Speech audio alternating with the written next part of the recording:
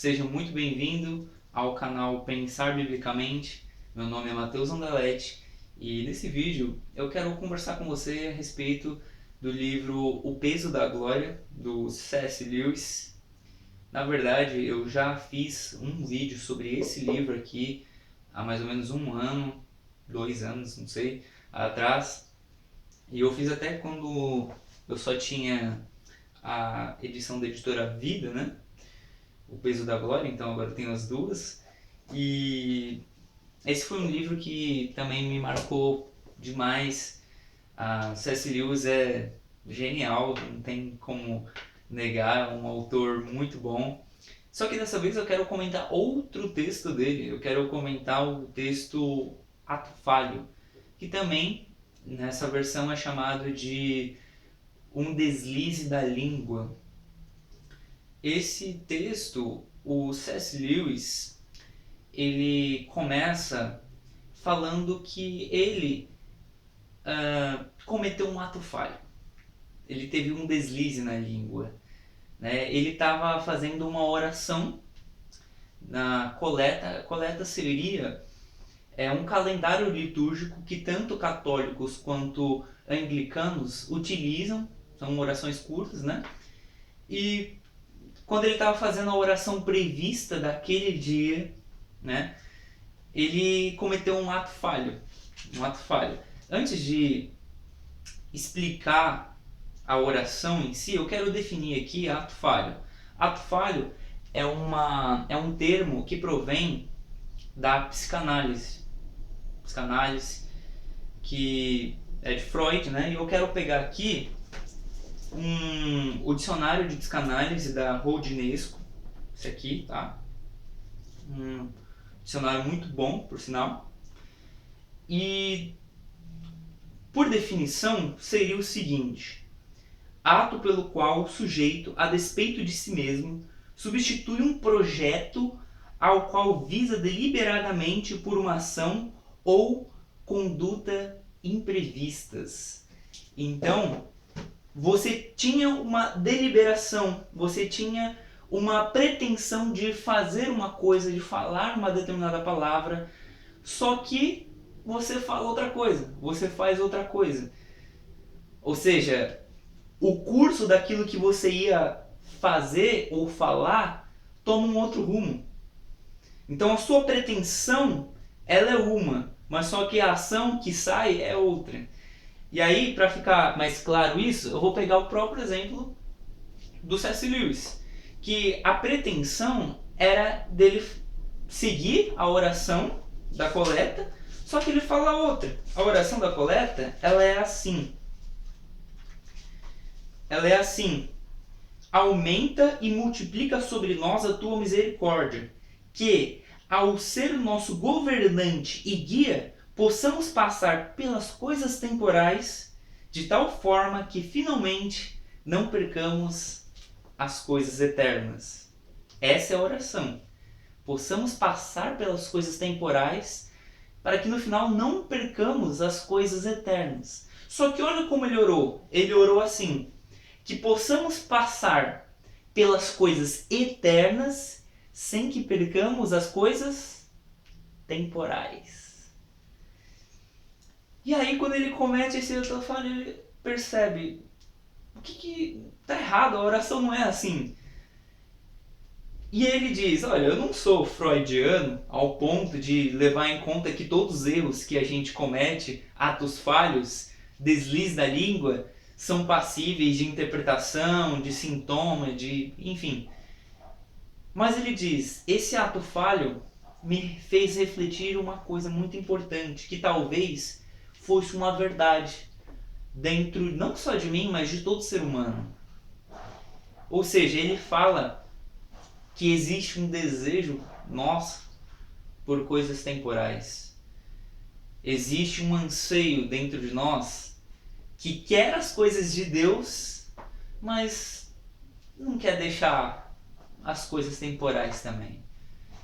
A gente quer garantir as coisas eternas, mas assegurar também as coisas temporais. Existem coisas aqui nessa vida, nessa dimensão, nessa terra, que muitas vezes assumem contornos e formas, dimensões dentro do nosso coração que não deveriam assumir.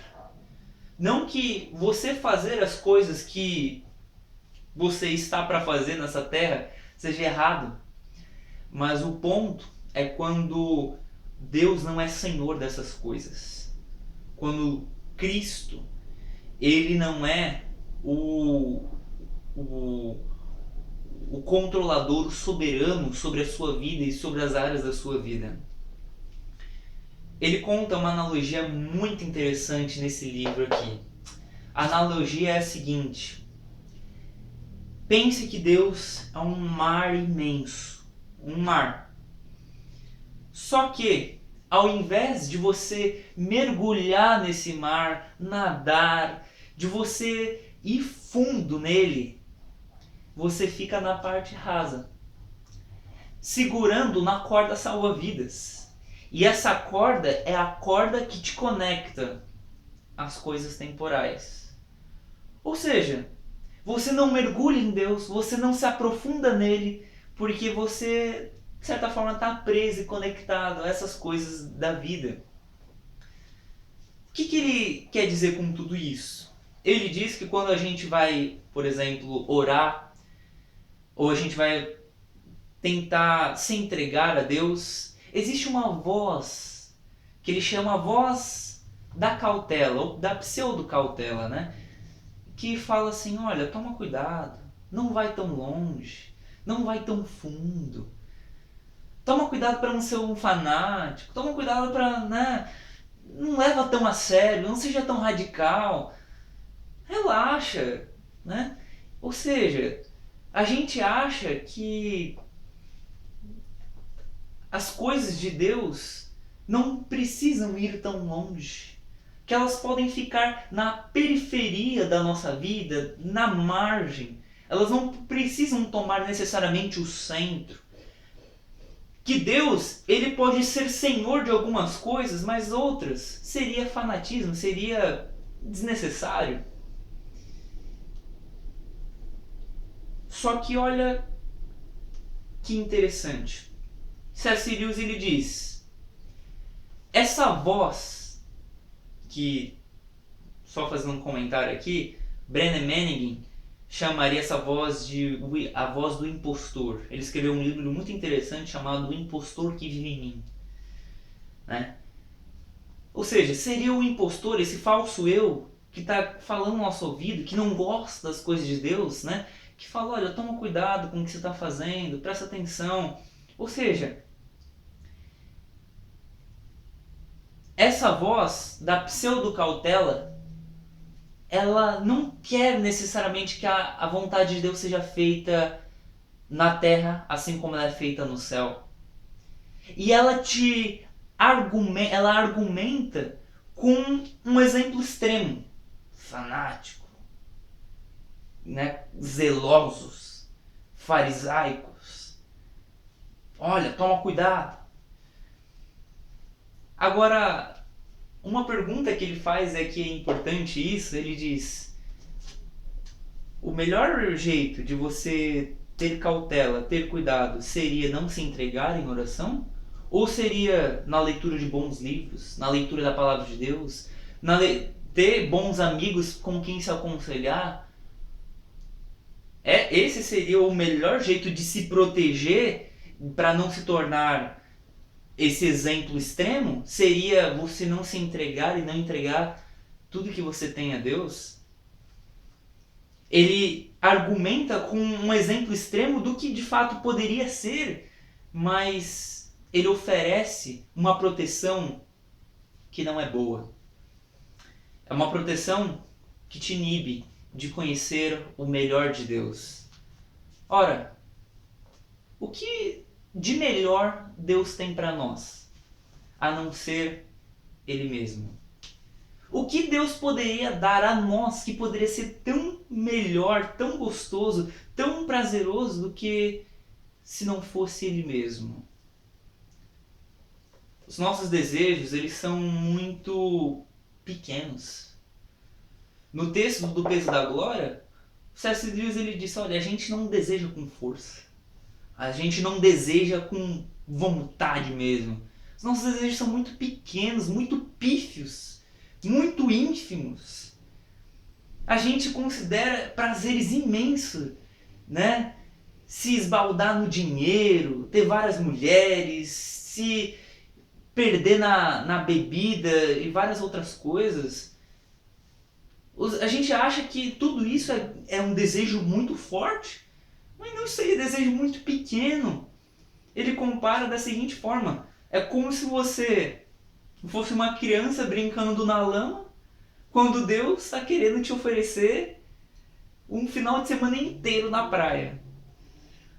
Então a gente deseja muito pouco e a gente tem que orar a Deus para que Ele nos ensine a desejar de verdade, a desejar com força e a desejar coisas maiores do que essas que a gente muitas vezes deseja.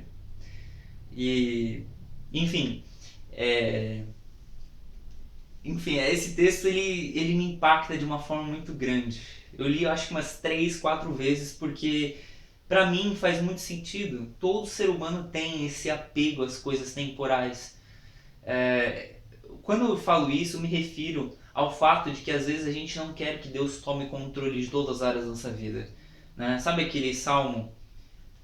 Eu acho que é o Salmo 30, verso 5, né? Não. É o Salmo 37, 5, se eu não estou enganado, que diz: entrega o teu caminho ao Senhor, confia nele e ele tudo fará. Se a gente entrega, mas a gente quer um pouquinho pra gente. A gente não entrega por completo, né? A gente quer um pouquinho pra gente.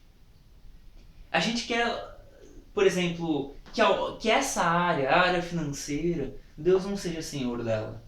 Porque quem é senhor é o dinheiro, no meu coração, supondo. O relacionamento, a sexualidade, ou então a área profissional, ou uma área sentimental. Eu quero guardar certos rancor, certa mágoa. Eu quero me vingar. Eu quero prejudicar as outras pessoas porque o que me importa é o que os outros vão pensar e eu quero usar essa pessoa como degrau para mim subir ainda mais. Ou seja, até que ponto a gente quer que Deus faça a vontade dele na nossa vida, na nossa história? Eu digo isso como dizendo para mim mesmo. Esse vídeo, na verdade, é como se fosse um vídeo para mim mesmo também. Porque todos nós temos esse apego a sentimentos, a coisas, a tudo isso. João Calvino dizia que o coração do ser humano é uma fábrica de ídolos. A gente está toda hora criando deuses, venerando coisas, pessoas, sentimentos e outras coisas mais. A gente, né, é como diz também o Salmo 39, que diz que Deus ele esmaga aquilo que nós mais valorizamos. Porque é aquilo que muitas vezes quer assumir o lugar de Deus em nossos corações. E aí a pergunta que a gente pode fazer é, tá, mas por que Deus quer tudo? Por que Ele não pode simplesmente ficar só com algumas áreas? Né? Aí C.S. Lewis ele diz uma coisa brilhante, que ele diz: Deus exige tudo porque Ele é amor e Ele quer nos abençoar. Agora, Ele só poderá nos abençoar quando Ele nos ter. Ah, isso aqui é lindo, porque o que Deus tem para fazer em nós e dar a nós é tão grande que, infelizmente, se a gente ficar preso à corda que nos conecta às coisas temporais, preso a essas coisas, ele não vai conseguir realizar. E aí, se vamos supor que a gente resolve deliberadamente, conscientemente, propositadamente ficar na posição rasa, na posição das coisas temporais e não se entregar de fato. C.S. Lewis, ele traz algumas frases muito impactantes e alarmantes pra gente. Ele diz o seguinte, citando William Law e Thomas Murray. Ele diz assim: se você fizer um contrato com Deus, do quanto o servirá, você verá que você mesmo assinou ambas as cópias do contrato. Ou seja, se você quiser delimitar, dizendo: Deus, olha, isso aqui o Senhor pode ser Senhor, isso aqui está no seu controle, mas isso aqui não. E aí você der uma cópia para Deus, supondo, você mesmo vai estar assinando as duas cópias. Porque ou Deus te tem por inteiro, ou Ele não quer você pela metade. Ou Ele tem uma relação íntima com você, ou Ele não vai ser o seu coleguinha. Ou Ele não vai ficar numa relação superficial, rasa, rudimentar, pequena. Ou Ele vai nas profundezas com você, ou Ele não vai ter um relacionamento pequeno com você. Essa é a verdade. E aí ele diz outra frase, que ele diz o seguinte: se você não escolheu o reino de Deus, no fim, não fará nenhuma diferença o que você escolheu em seu lugar. Qual a diferença? Se você escolheu a fama, se você escolheu os prazeres dessa vida, a bebida, o dinheiro, qual a diferença? No fim, você não escolheu o reino de Deus. E no fim, não vai fazer a menor diferença. Porque você desprezou e não aceitou o Deus eterno. Você preferiu outras coisas. Você preferiu os desejos pequenos, ao invés da imensidão que Deus tem. Esperamos em Cristo nessa vida e ficamos como os mais miseráveis dessa terra, como diria Paulo em 1 Coríntios 15, 18. E para concluir, cito João 3,30, que João Batista lhe diz: é necessário que o Senhor cresça e que eu diminua. Ora, que cada vez mais Deus venha crescer mais e mais e mais, e a gente venha diminuir. Cada vez mais o nosso ego não tenha mais espaço em nós, mas Deus venha tomar todos os espaços, todas as esferas, todas as áreas. Ele venha crescer em nós a tal ponto que não haja mais Mateus, não haja mais João, haja só o Senhor. É claro que fracassos serão perdoados. O fracasso em tentar se entregar totalmente a Deus, você tentou e você continua tentando, será perdoado. O que Deus não quer é que você deliberadamente separe uma área em que só Deus, só você terá controle. Enfim, eu acho que deu um devaneio aí, mas eu acho que você entendeu. Espero que esse vídeo faça sentido para você. Fez sentido? Você já leu esse livro do C.S. Lewis? Seja na versão da editora Thomas Nelson Brasil, que é sensacional, linda demais. Se você não tem, vale a pena. Ou da editora Vida. Enfim, se você gostou, deixe então o seu comentário, deixe seu like e não se esqueça de se inscrever aí no canal, tá bom? Que Deus em Cristo abençoe. Agradeço aí a sua atenção, o seu tempo, tá bom? E nós vemos em nosso próximo vídeo. Peace.